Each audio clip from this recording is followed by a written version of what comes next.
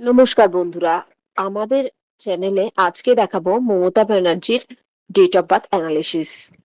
এই বিশাল বড় একটা সাম্রাজ্য, যে সাম্রাজ্যটা গড়ে উঠেছিল 2011-তে, তার পতনের পেছনে কি কারণ আছে এবং মমতা ব্যানার্জি নেত্রী হিসেবে কিন্তু ছিলেন প্রচন্ড সংগ্রামী এবং ওনার কিন্তু শনি তুলাতে উচ্চস্থ অবস্থায় রয়েছে। তাও ওর এই পতনের কারণ একটু বিশ্লেষণ করে দেখা যাক আমাদের ভিডিওতে।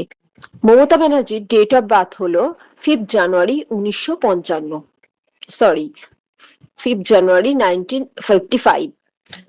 তো হিসাব অনুযায়ী ওনার মূলাঙ্ক হলো 5 এবং ডেস্টিনি নাম্বার হলো 8। আপনাদের স্ক্রিনে কিন্তু কিভাবে ডেস্টিনি নাম্বার বের করতে হয় সেটি বলা হলো। ডেস্টিনি নাম্বার 8 হলো শনির নাম্বার, মানে আপনার লাইফ পাথ হলো কিন্তু শনি মহারাজের নির্দেশে চলে। এখানে একটা ভাবার বিষয় আছে, সেটা হলো শনি মহারাজ যেমন পাওয়ার দেন, সংগ্রামের মাধ্যমে কিন্তু এদের পাওয়ারে পৌঁছনেরা। মমতা বন্দ্যোপাধ্যায় কিন্তু প্রচন্ড সংগ্রামী ছিলেন। এক সময় উনি কিন্তু অনেক সংগ্রাম করে এই পজিশনে এসেছিলেন, কিন্তু আজকে পতনের কারণ হলো ওনার অহংকার। ডেস্টিনি নাম্বার 8 হলে তাকে সবসময় ন্যায় আর সত্যের পথে চলতে হয় এবং তাদের সবসময় কোনো কিছুর মুখ বা ফেস হলে তাদের কিন্তু জীবনে অনেক প্রবলেমে পড়তে হয়। কারণ রাজত্ব চালাতে গেলে যদি সবসময় আপনি ন্যায়ের পথ না ধরেন, তাহলে কিন্তু আপনার সেই রাজত্ব নিমেষে গুড়িয়ে যাবে। আর শনি কিন্তু এক রাজত্বের উত্থান করতে পারে, আবার নিমেষের মধ্যে একটা বিশাল সাম্রাজ্যের পতনও করতে পারে। এটা কিন্তু শনিই পারে। যদিও আমরা কিং মেকার বলি রবিকে, কিন্তু কর্মফলের হিসাব কিন্তু শনি দেন।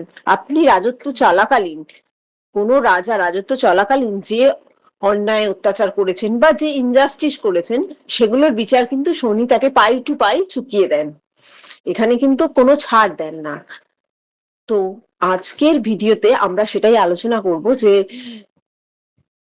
এই শনি কিভাবে মমতা বন্দ্যোপাধ্যায়কে ওপরে উঠিয়েছিলেন, একটা বিশাল পজিশনে নিয়ে গেছিলেন। এবং উনি কিন্তু ওয়ান ওমেন আর্মি ছিলেন, উনি একাই কিন্তু দল তৈরি করেছিলেন।